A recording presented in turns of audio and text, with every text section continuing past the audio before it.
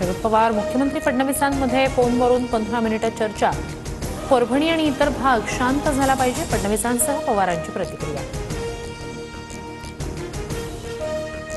बीड प्रकरणात कुणीही सुटणार नाही, आरोपींवर कडक कारवाई करणार, मुख्यमंत्री देवेंद्र फडणवीस यांचं आश्वासन। बीड हत्या प्रकरणातील सर्व 8 आरोपींवर मकोका, खंडणी आणि बीड खुनातील आरोपी एकच, त्यामुळे खंडणीच्या सर्व आरोपींवर मकोका लावा, अन्यथा हा मकोका आम्हाला अमान्य, मनोज जरांगे यांची मागणी। धनंजय मुंडेंना मंत्रिपदावरून दूर करा, आकाचा आकाही आता बिनभाड्याच्या खोलीत जायला हवा, धाराशिवच्या मोर्चातून सुरेश धस यांची अजित पवारांकडे मागणी। सुरेश धस यांच्यामुळेच बीड बदनाम, बीड हत्या प्रकरणी पंकजा मुंडेंची प्रतिक्रिया, तर बीड जिल्ह्याला बदनाम करत नाही, आम्ही फक्त परळी पॅटर्नबद्दल बोलतोय, सुरेश धस यांचं प्रत्युत्तर। सोबत असलेल्या फोटोंमुळे आम्हाला किंमत मोजावी लागते, कार्यकर्त्यांनी काळजी घ्यावी, वाल्मिक कराड सोबतच्या नेत्यांच्या फोटोवरून अजितदादांचं भाष्य।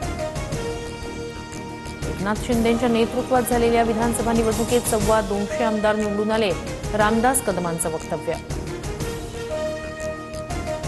युद्ध जिंकले असले तरी पुढील युद्धासाठी सराव महत्वाचा, सरकार आलं म्हणून शिथिल होऊ नका, कामाला लागा, फडणवीसांनी स्थानिक स्वराज्य संस्था निवडणुकीचं रणशिंग फुंकलं।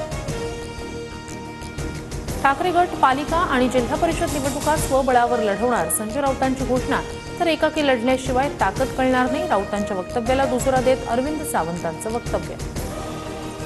ठाकरे गटानंतर काँग्रेसकडूनही स्वबळावर लढण्याचे संकेत, संधी हवी असं काँग्रेस कार्यकर्त्यांनीही म्हणावं, मग आम्ही निर्णय घेऊ, वर्षा गायकवाड यांचं सूचक वक्तव्य। राष्ट्रवादीनं महापालिका निवडणुका स्वबळावर लढायला हव्या, भाजपसोबत लढणार असेल असं वाटत असेल, पण राजकारणात कुणी कुणाला विचारत नाही, नवाब मलिकांची प्रतिक्रिया। इंग्लंड विरुद्धच्या T20 सामन्यासाठी भारतीय संघाची घोषणा, मोहम्मद शमी पुन्हा संघात, सूर्यकुमार यादव कर्णधार, तर अक्षर पटेल उपकर्णधार असणार।